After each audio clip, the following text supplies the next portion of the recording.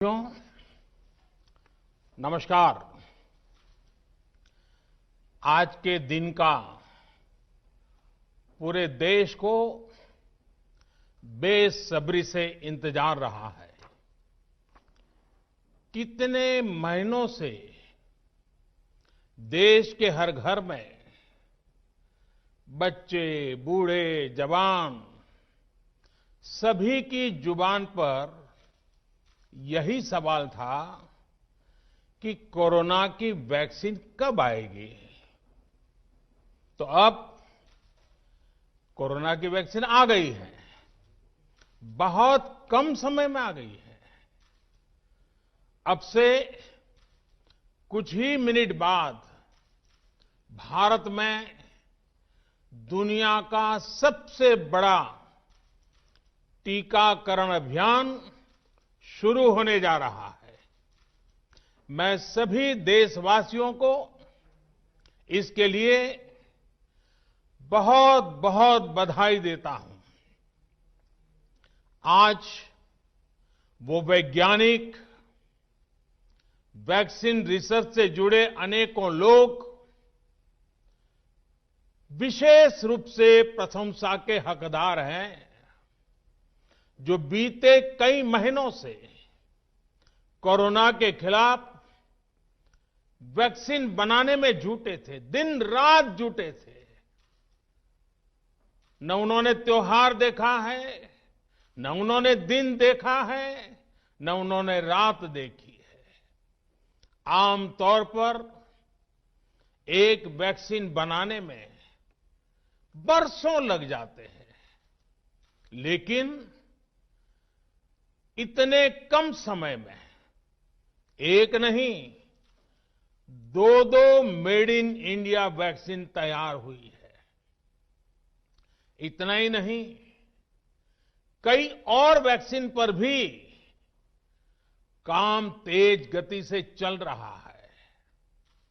ये भारत के सामर्थ्य, भारत की वैज्ञानिक दक्षता, भारत के टैलेंट का जीता जागता सबूत है।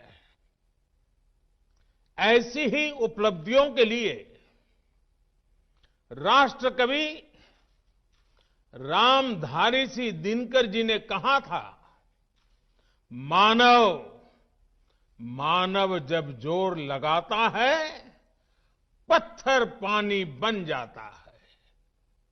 भाइयों और बहनों, भारत का टीकाकरण अभियान बहुत ही मानवीय और महत्वपूर्ण सिद्धांतों पर आधारित है। जिसे सबसे ज्यादा जरूरी है, उसे सबसे पहले कोरोना का टीका लगेगा। जिसे कोरोना संक्रमण का रिस्क सबसे ज्यादा है, उसे पहले टीका लगेगा। जो हमारे डॉक्टर्स हैं, नर्सेस हैं, अस्पताल में सफाई कर्मी हैं, मेडिकल, पैरामेडिकल स्टाफ हैं, वो कोरोना की वैक्सीन के सबसे पहले हकदार हैं।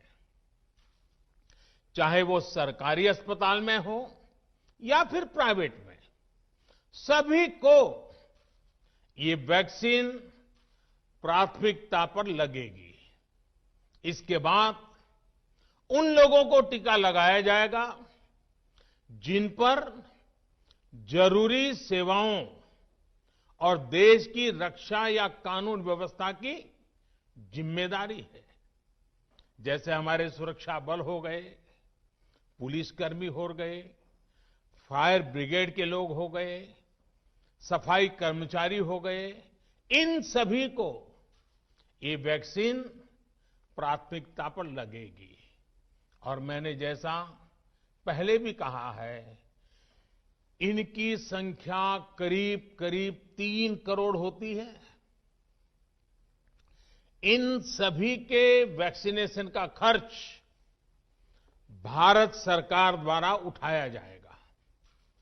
साथियों, इस टीकाकरण अभियान की पुख्ता तैयारियों के लिए राज्य सरकारों के सहयोग से देश के कोने कोने में ट्रायल्स किए गए हैं, ड्राई रन्स हुए हैं।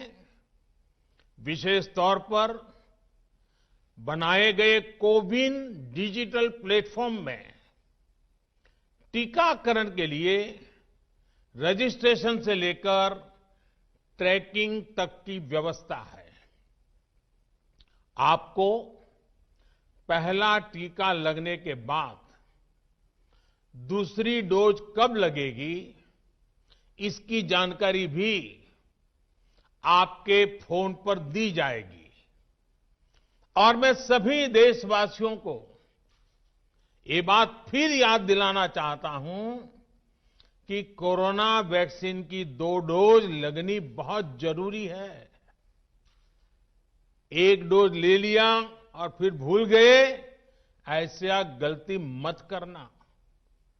और जैसा एक्सपर्ट्स कह रहे हैं, पहली और दूसरी डोज के बीच लगभग 1 महीने का अंतराल भी रखा जाएगा। आपको ये भी याद रखना है कि दूसरी डोज लगाने के 2 हफ्ते बाद ही आपके शरीर में कोरोना के विरुद्ध जरूरी शक्ति विकसित हो पाएगी। इसलिए टीका लगते ही आप असावधानी बरतने लगें, मास्क निकाल कर रख दें, 2 गज की दूरी भूल जाएं, ये सब मत करिएगा। मैं प्रार्थना करता हूं, मत करिएगा। और मैं आपको एक और चीज बहुत आग्रह से कहना चाहता हूं। जिस तरह धैर्य के साथ आपने कोरोना का मुकाबला किया, वैसे ही धैर्य अब वैक्सीनेशन के समय भी दिखाना है।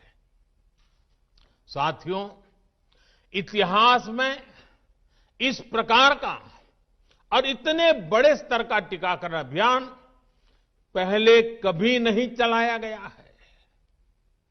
ये अभियान कितना बड़ा है, इसका अंदाज आप सिर्फ पहले चरण से ही लगा सकते हैं। दुनिया के 100 से भी ज्यादा ऐसे देश हैं जिनकी संख्या 3 करोड़ से कम है, और भारत वैक्सीनेशन के अपने पहले चरण में ही 3 करोड़ लोगों का टीकाकरण कर रहा है। दूसरे चरण में हमें इसको 30 करोड़ की संख्या तक ले जाना है। जो बुजुर्ग हैं, जो गंभीर बीमारी से ग्रस्त हैं, उन्हें वो अगले चरण वाले चरण में टीका लगेगा।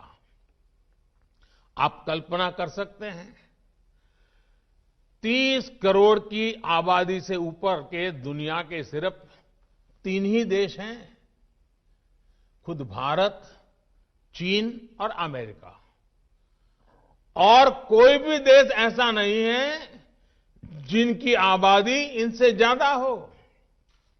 इसलिए भारत का टीकाकरण अभियान इतना बड़ा है, और इसलिए ये अभियान भारत के सामर्थ्य को दिखाता है। और मैं देशवासियों को एक और बात कहना चाहता हूं। हमारे वैज्ञानिक, हमारे एक्सपर्ट्स जब दोनों मेड इन इंडिया वैक्सीन की सुरक्षा और प्रभाव को लेकर आश्वस्त हुए, तभी उन्होंने इसके इमरजेंसी उपयोग की अनुमति दी है।